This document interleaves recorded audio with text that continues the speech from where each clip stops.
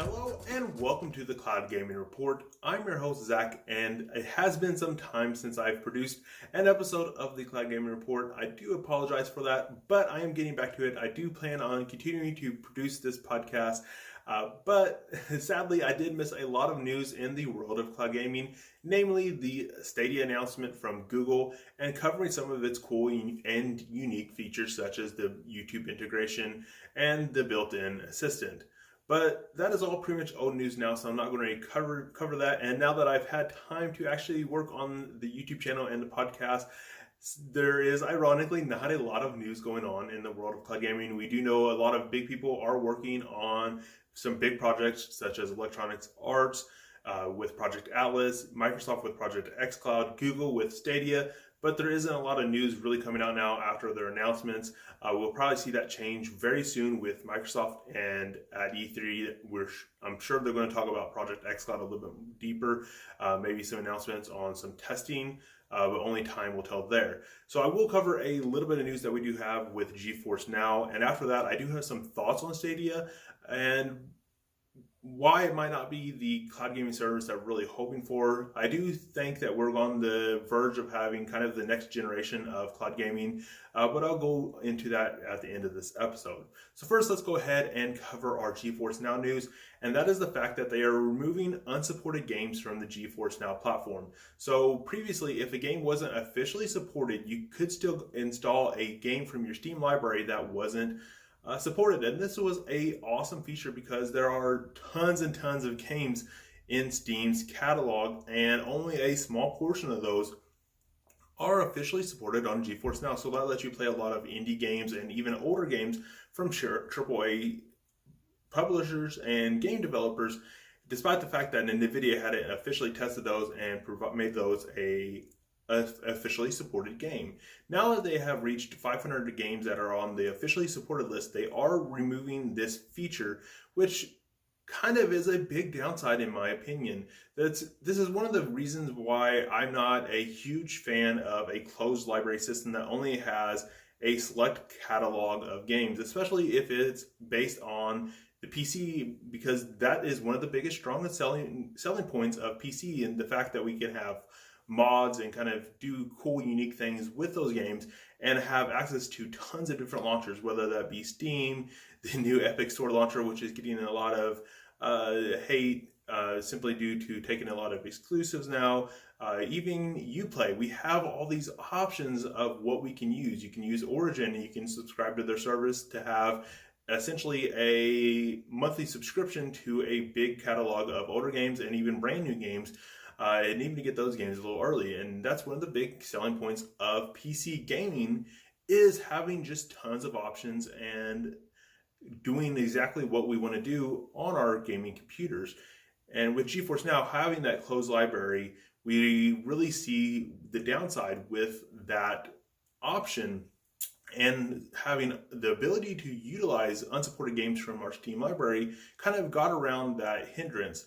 But now that they have reached 500 games, which in their defense is quite a few games, but it's not going to have every single game that you have played and have paid for possibly on your Steam catalog, simply because there are so many games on the Steam library. I hadn't looked up any stats, but there are probably tens of thousands, maybe even more games on the Steam library. And it's going to be really hard for any provider, even one as big as Nvidia, to really cover and catalog all those games and provide official support for those games. So that's kind of my thoughts on that. It is a negative news topic in my opinion. Having the ability to play unsupported games, even if the experience wasn't 100%, was still welcome in my opinion. Going on from there, we do have some games that are officially supported on the Steam, from GeForce Now in the last week. Those are Anno 1800 on both Steam and Uplay, Borderlands Game of the Year Edition, Visage, and World War Z. So that covers our introduction and our GeForce Now section of this episode of the podcast. Moving on, we're going to talk about some thoughts on Project Stadia. Not really any news and really covering the platform in general, simply because that is all older news, and a lot of people, especially if you're listening or watching this podcast episode, you have probably gathered all the information and kind of processed it. So now I'm just going to cover my thoughts on Stadia and why I think it may or may not be the cloud gaming platform that we're really looking for. There are certainly some very cool and interesting aspects of Stadia, namely due to the fact that they are backed by Google. So for instance, one of those aspects is the fact that they have direct access to all of Google's data centers that are already spread across the world. This means that once Google is ready to launch Stadia and roll it out to gamers, they will be able to do so very rapidly because they already have all this infrastructure built up. They already have experience of running these data centers and hosting their computers and servers to a large number of people already. So they already have a lot of the experience that we're really going to need to run a big game streaming platform that Google is intending Stadia to be. In addition, they could implement custom hardware more easily than someone like Liquid Sky could if they wanted, when they were running their servers on IBM and IBM's data center, which the name escapes me at this point in time, but they have a name for their data center offerings too. So with that being said, having the ability to more easily implement custom hardware and already having that knowledge and infrastructure already built up will be a big advantage for Stadia, because they will be able to reach a large number of gamers wanting to try out game streaming at a much quicker pace. In addition, their custom controller that actually connects over Wi-Fi will make play more seamless if you want to jump from a computer or a TV to your phone.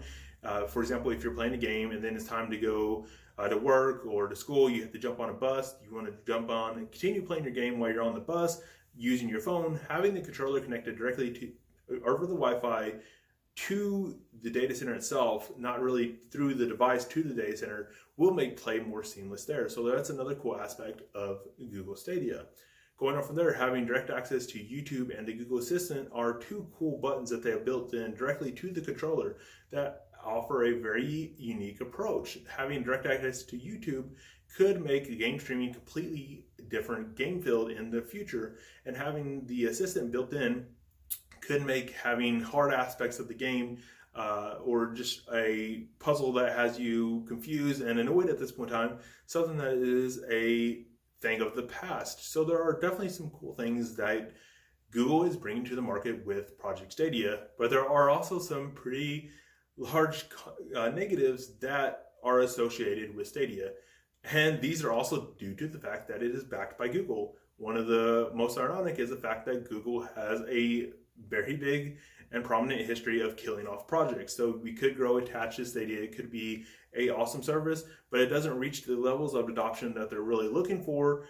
And it could be killed off in 3 to 4 years from now. We really don't know. So that's one kind of thing that might make people hesitant to really adopt it.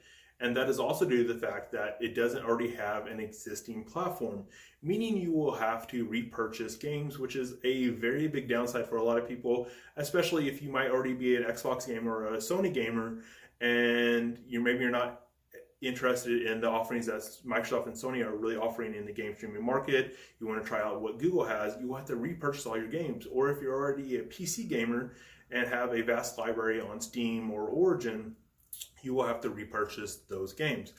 And this could also mean that you will miss out on a large number of exclusives, because offerings like EA, for instance, on PC, you can't get a lot of their games, especially any of their newer games on Steam, for instance. You have to buy those games directly on Origin or subscribe to their monthly pass. So having a brand new platform coming out there into the world could be a big downside for Google, especially if they're trying to reach adoption. This could also mean that playing multiplayer games will be much more difficult with Stadia, because you might not have the size to have good lobbies to have, unless the game is super popular, then you might not have enough players to really populate those lobbies and have easy matchmaking available. Low multiplayer populations could very well be a non-issue simply due to cross-platform play, which is becoming a ever-increasing feature that game developers are adopting, as we see with like Fortnite and Minecraft and more games out there on the market. So cross-platform play could solve the issue of low multiplayer populations before the issue really even comes to us, the gamers. But it is something I think we have to think about, simply because Project Stadia, or Stadia rather, is a whole new platform. It's not just a PC in the cloud that services like Liquid Sky, Parsec, and Shadow are offering. It's actually a brand new service out there on the market in a brand new platform. So it is something that we have to keep in mind as we look forward to the service once it is available for the market. So with that being said, there are definitely some very cool things that Google is offering with Stadia, but there are some things that we have to keep in the back of our mind. I definitely am looking forward to testing it here in the near future. Hopefully Google launches some betas here so I get some hands-on with it. But with that being said, I think that wraps up this episode of the Cloud Gaming Report. Thank you guys and girls for watching or listening to this episode. I greatly appreciate your support. And until next time, Zach out.